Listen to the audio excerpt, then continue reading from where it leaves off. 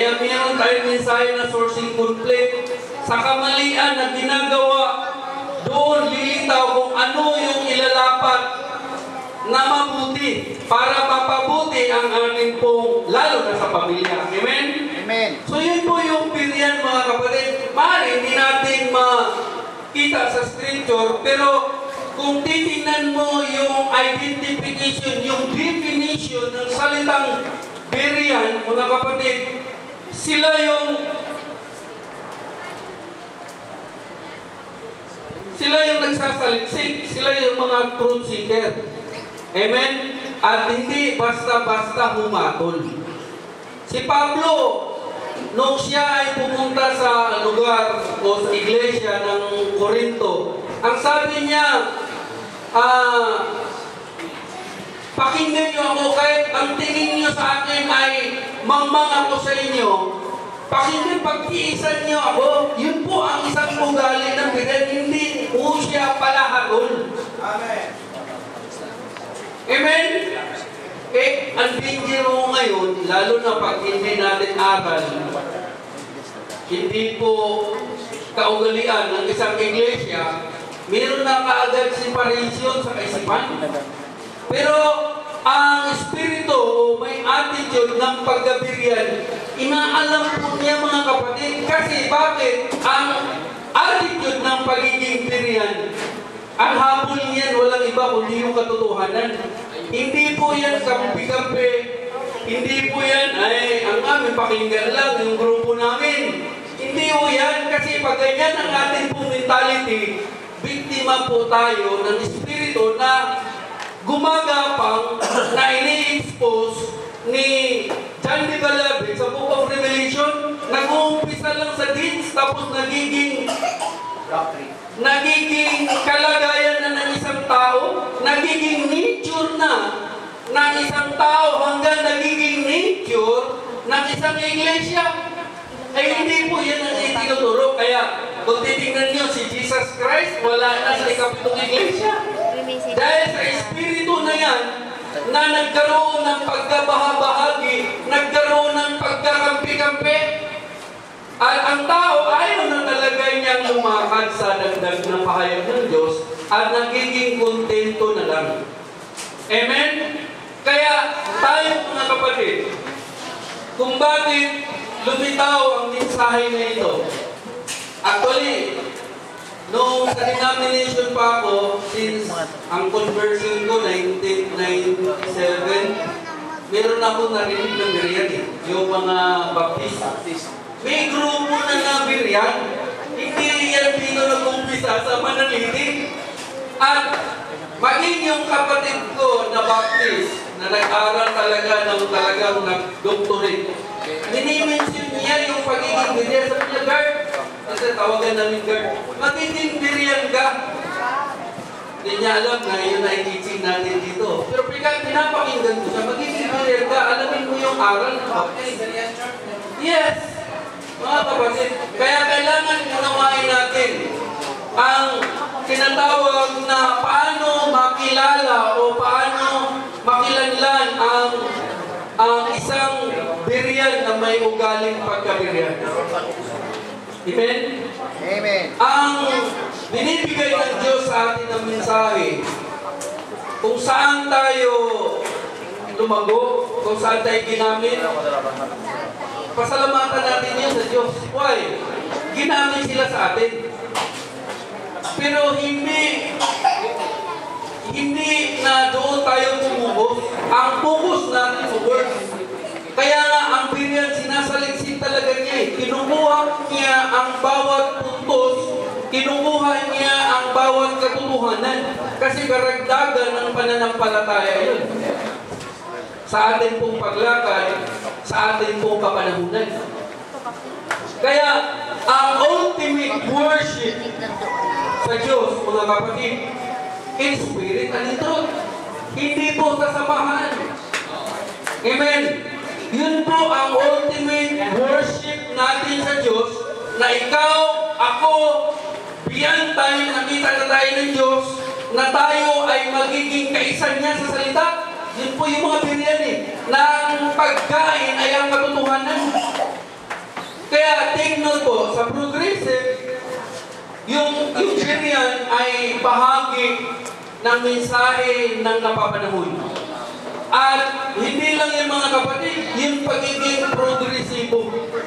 Marami ang kaiglesiyahanan ngayon at kayang patunayan na marami na ngayon na kaiglesiyahanan na yumayaman. Tama yung sinabi ng Book of Revelation. Revelation 3, ano nga, Brother Binan? Yung sinabi na ako'y hubad, miserable, naked, 3:16 ata, 17. Tingnan po natin, ito po yung kalagayan ng mga iglesia ngayon. Because thou sayest, I am rich, and increase with goods. Iglesia yan. Mga mayayaman na iglesia. And have need of nothing. Kailangan. Bakit? Mayaman na kami, established na kami, kumpleto na kami, wala na kaming kailangan pa. Yun po ang stand ng mga iglesia ngayon. Kaya yung mga member nila, kinukulong na nila. Ayaw na nilang pakawalan, ayaw na nilang ipashiring, ayaw na nilang turuan na magipag-content of faith. Why? Conquer sila sa kaisipan. Bakit? Mayaman na sila. Anak, and knowest not that thou art rich, and miserable, and poor, and blind, and naked? Hubad, ang mayayaman ngayon sa mga iglesia na mayayaman. Hubad. Hubad saan? Sa mensahe. Akyat natin sa nasaan na yung nagpayo ang Panginoon? Bumili kayo sa akin, nagdilalisay. I counsel thee to buy me a gold tried in fire, that thou mayest be rich, and white raiment thou mayest be clothed, and shame of thy nakedness do not appear, and anoint thine eye with eye salve which thou mayest see. Amen. Yan ang payo ng Panginoon. Okay. Ngayon, titingnan natin sa progreso na pahayag. Nasa Bible yan eh. Last na lang ito na talata, John 1:7. Meron pa akong gustong i-emphasize dito na doon sa Manghero at doon sa Carolina, masyado kong binibilisan ito eh. Pero dito dahan-dahanin ko po. 1 John 1:7. Tingnan niyo po ang progressive na revelation ng Panginoon sa ating panahon. But if we walk in the light, ano yung light na tinutukoy dyan? Liwanag ng buwan? Hindi. Revelation yan. If we walk in the light as He is in the light, we have fellowship. Mga kapatid, tignan po yung word ng fellowship. Saan ba tayo nag-fellowship? Dito sa light. Yun po ang fellowship ng bawat isa sa atin sa kapahayagan. Amen? One with another, and the blood of Jesus Christ, His Son, cleanseth us from all sin. Tanggal na ba yung lahat ng kasalanan ng bawat isa? Hindi pa. Kaya sa bawat fellowship natin sa Panginoon, nililinis ang lahat ng kasalanan. Ano yung kasalanan na yun? Marami. Yung wala kang gana, yung hindi, kung ayaw mo makipag-content of faith, ayaw mo makipag-sharing, yun po yung mga sin na tinatanggal ng Panginoon sa atin sa pamagitan ng fellowship. Saan? Sa kapahayagan. Kaya, ang paglilinis ng Diyos sa atin ay sa pamagitan ng paglakad. Yun po yung progresibo na mensahe. Sa bawat kapanahunan, ang Diyos ay nagbibigay ng mensahe. Kaya kung tayo ay meron pong attitude na pagkabirian, alamin natin, sa lahat ng mga churches may katotohanan niya. Amen. Meron yan, katotohanan. Hindi pwede na, oy, manaliti lang yung may katotohanan, kaya mali na. Hindi ganyan ang isa natin. Amen. Hindi po ganyan ang bibig ng isang tunay na naghahanap ng katotohanan. Amen? Ang katotohanan Inilatag ng Diyos sa lahat ng iglesia yan. Pero hindi lahat pulis, hindi pa lahat sakdal. Kaya nagsisearch tayo eh. Utos ni Kristo. Search ye the scripture that they may know that they have eternal life.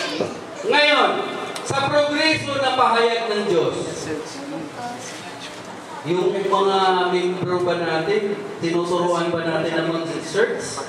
O tayo lang mga ministro, pastor, ang nag-i-injury sa mensahe ng Diyos? Bias tayo mga kapatid. Kung ako ay isang pastor ng iglesia at kapag hindi ko tinuturuan ang aking mga membro na magsaliksik at magpatunay sa tunay na pananampalataya, bias ako sa harapan ng Diyos. Gusto kong ulitin yung sinabi ko doon sa Carolina. Si Kristo, ang kanyang mga lupa, inaano niya sa tungkol. Iniligid niya kung saan mangingangin. Hindi sinubukan ni Kristo yung kanyang lupa.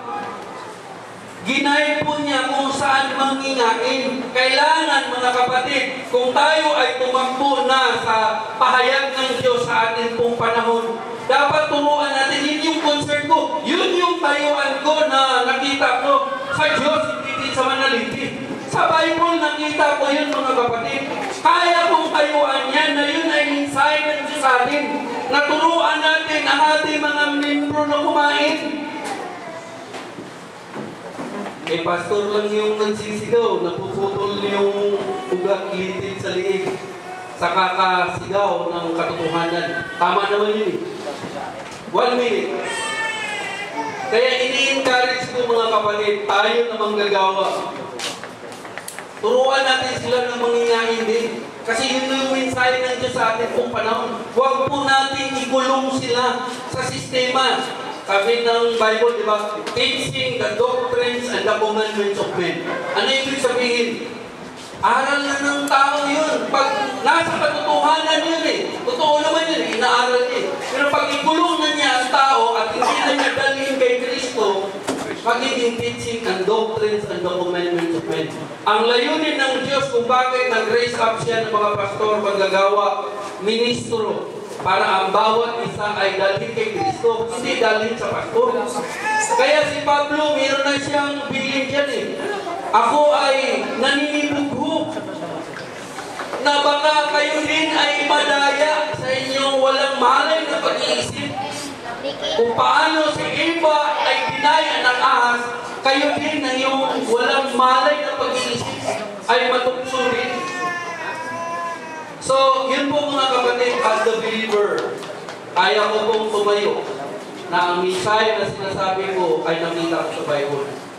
Hindi ako naniniwala na dahil sinabi lang ng nagtuturo sa akin, naniniwala ako dahil nakita ko sa Bible. That is my daily